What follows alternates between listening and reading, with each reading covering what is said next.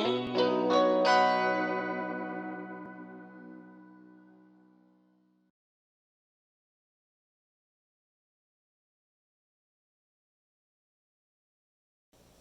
I'm Jamie Mayo. I'm the Assistive Technology Coordinator for Washtenaw Intermediate School District and one of the organizers of Tinkered Toy Box, where we're modifying toys to be switch accessible for students.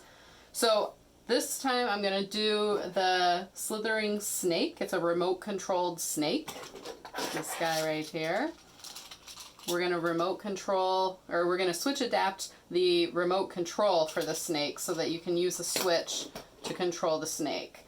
So the first thing I did is I carefully pulled it out of the box so that I can save all of the packaging so we can repackage it into that box for the kids. There's a power cord on here, a USB power cord. This plugs into the bottom side of the snake. There's this little hole, it kind of looks like a screw hole, but it's where the power cord plugs in, and you can plug that into your USB jack on your computer so that you can power the snake up for the first time. Make sure he's totally charged at first. And then the remote comes with 3 batteries, the little button batteries we stick in here. And I have it on channel C, but you can fiddle with that if it's not working right away after you put the batteries in. There's an on-off switch on the bottom side of the snake, so I flip that on. And the snake works in a couple different ways. There are 3 buttons on the bottom of the remote. One button makes him go forward. And he goes until you push the button again, then he stops. And the other 2 buttons are left and right. So if I push those, he goes in a circle. And he'll go as long as I'm holding down the button. So they're different buttons. The forward one will go until you press it again. So it's a latched switch, which could be nice for some kids to practice turning on and off the snake. The other 2, left and right, they only go while you press it. So that's a good one for teaching a student to hold down the button. If they're hitting the button with their head, they need to hold down the button until they want the snake to stop, and then they let go. So there are 2 different things that you could teach for switch use. For this project, we're going to modify the left button so that he'll just go in a circle to the left until the child lets go of the button. So you could modify it a couple different ways, but that's how we're going to do it today. So this guy we can actually set aside because all of our modification is going to be done on the remote control, not on the snake itself. So I'm turning him off and setting him aside, and then we're going to just work on the remote control. So the first thing is we need to take the batteries out now that we know that it works. And I always keep all my little parts into a bowl or dish of some sort so that I don't lose them. These batteries are not easy to get out, so just be careful. You're going to launch across the room here.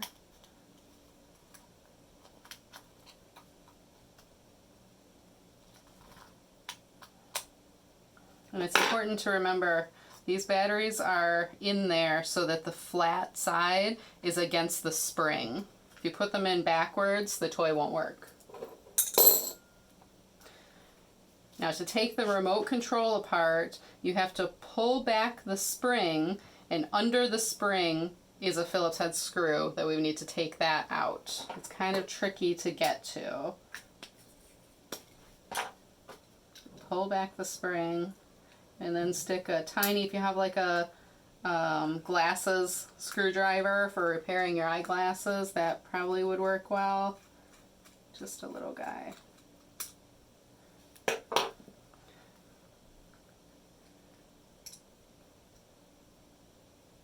Okay. Then it comes apart. We want to be really careful that we don't pull on these strings and break them.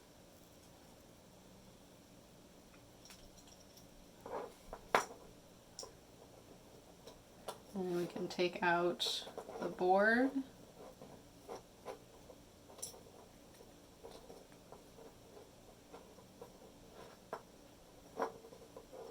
Pops right out. Set that one aside. And here you can see we have the 3 buttons. So we have the forward button, the left button, and the right button. We're going to modify the left button here.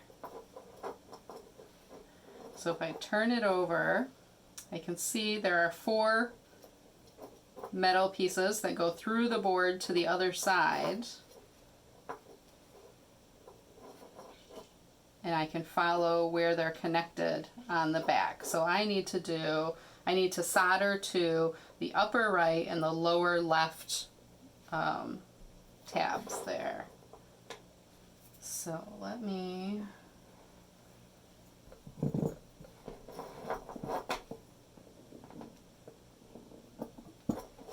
secure this.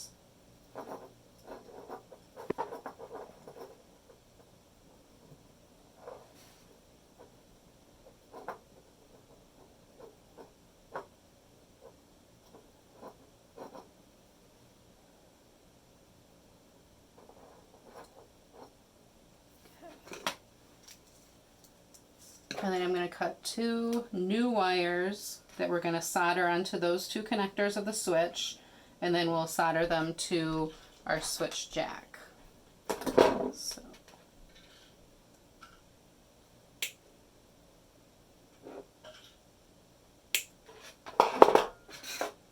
I'm going to strip both ends of this wire.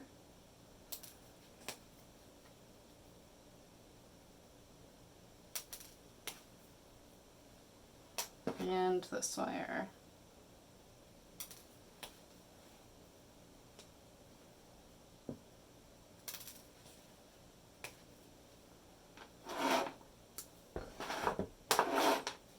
Okay.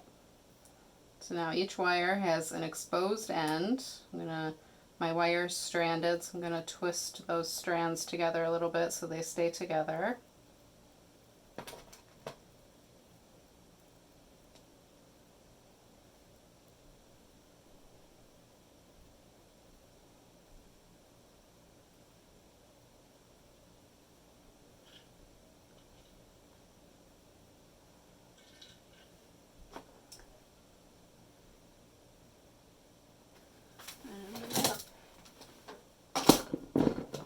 More of these in here and see if I can get it to hold my wire for me in the right place.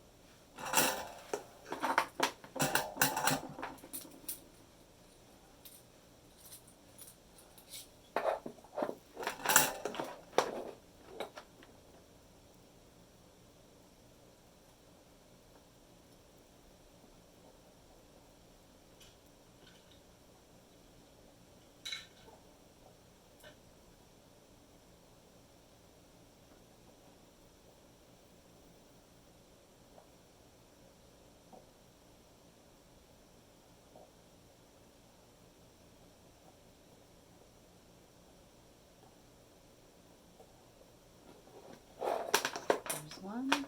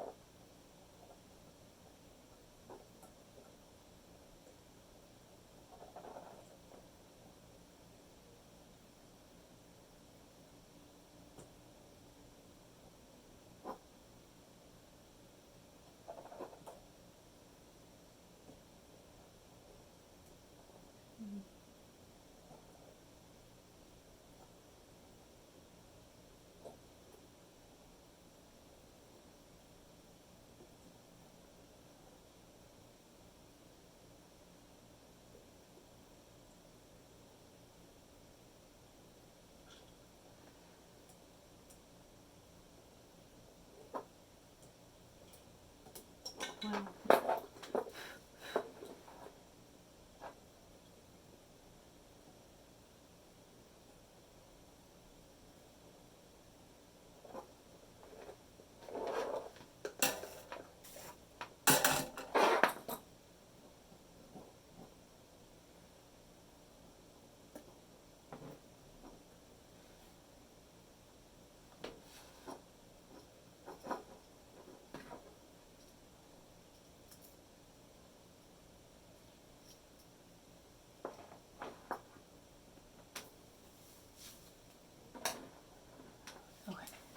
test these by checking the voltage with the switch pressed and not pressed.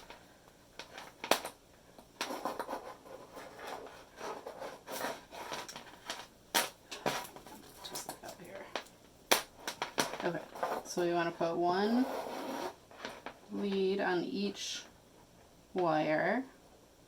This is tricky and might need someone to give you an extra hand, and then push the button.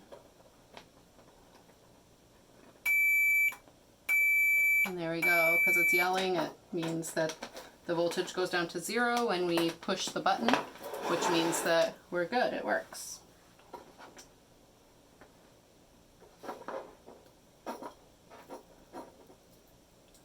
So now I'm going to look at how we're going to connect this.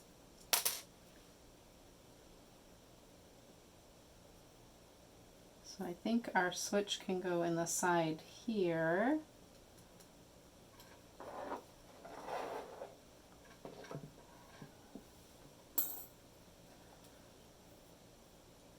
Let's see, first I'm going to solder those wires onto this switch jack. So I think that out of the way.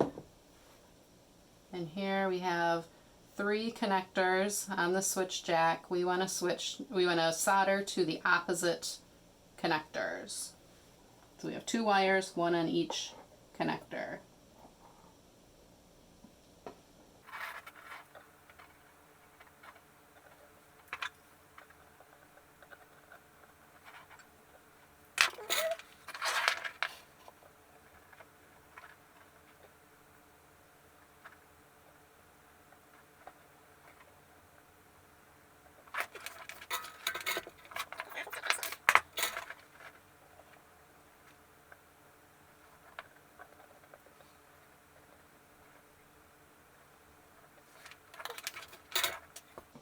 And on the other side.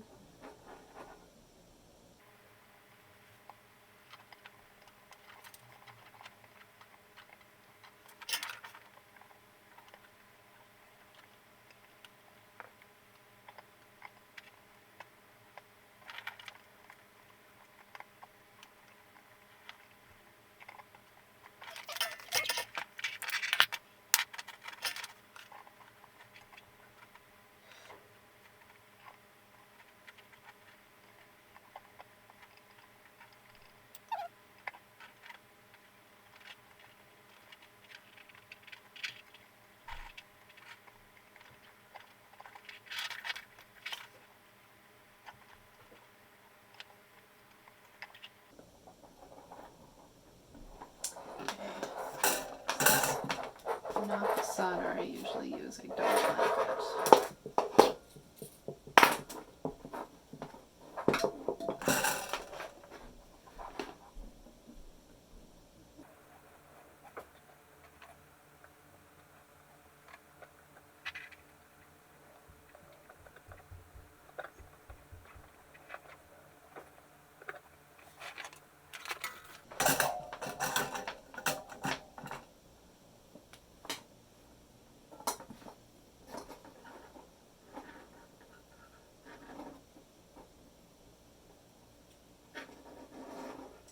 We got it.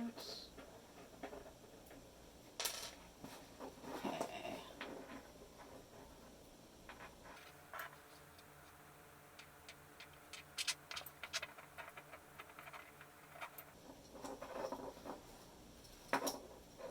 I probably could have made this cord or this wire a little bit shorter, but I didn't. So now I'm juggling with it a little bit.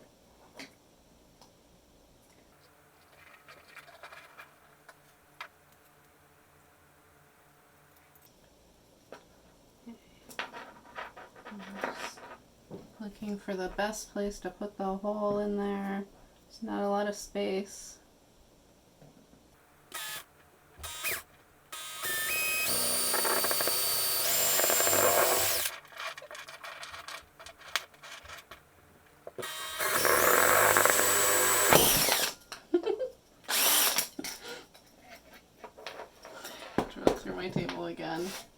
lots of holes in my table. Okay, then I clean out any plastic that's sticking out. It's going to stop the switch from seating well in there. You can use a utility knife, or I like this reamer because it does a good quick job of getting all the plastic out.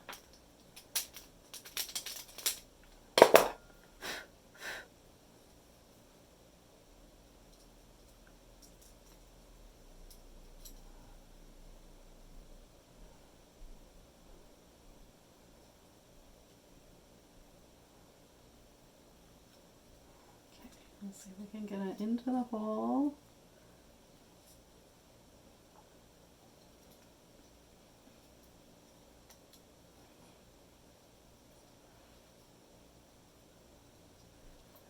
And then this little nut goes on the outside to hold it in place.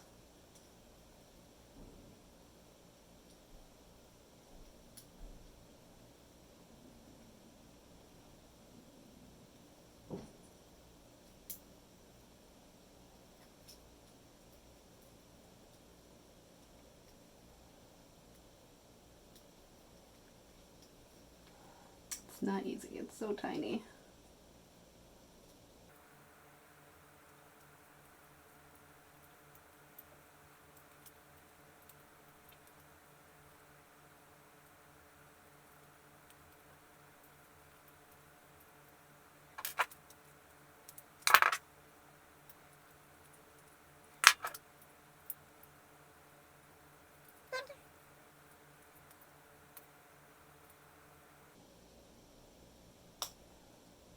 Okay, and I'm just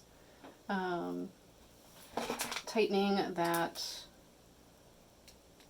nut as much as I can. There we go. And then I feel it feels pretty sturdy. It's not wiggling around in there, so that's good.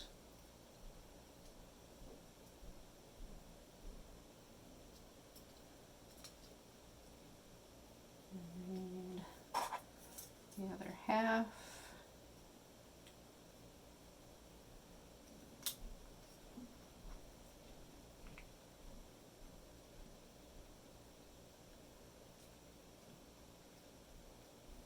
Be real careful that none of the wires get pinched. Oops, I'm doing this.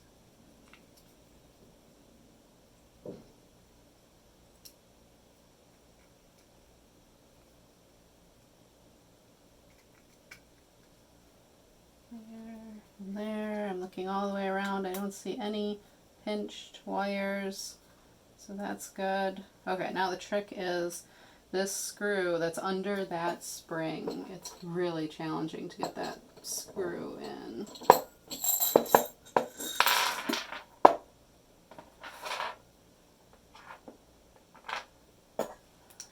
So what I have found is the best way to do it is to use tweezers.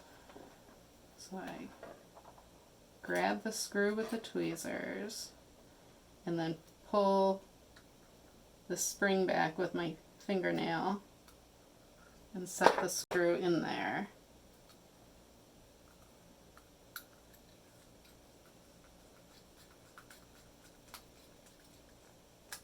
Okay, there it's tight. Then we put the batteries back in and put them so that the flat side is closer to the spring. It's facing the spring. Got 3 batteries in there.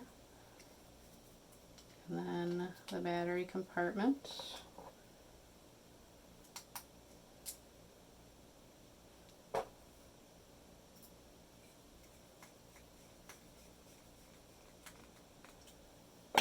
Okay, then we take, this is one of the switches that our students might use, and we plug that into our switch jack.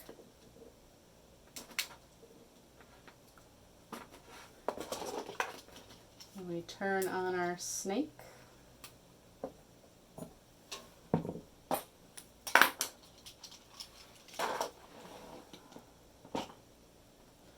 And they have the button. And there he goes. I don't have to go too far because he'll go flying off my desk, but as long as I hold down the button, he goes. When I let go of the button, he stops. That's what we wanted. He's working well. Okay, so now unplug the switch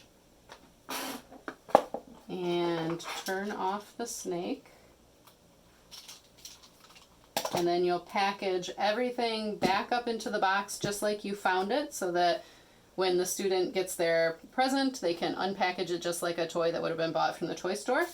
Also, don't forget to sign the gift tag that's with the present, so that when the student opens their present, they'll see your name on it and know that you were the one that created this toy for them. And that's how you make the switch adapted remote control snake. Thank you.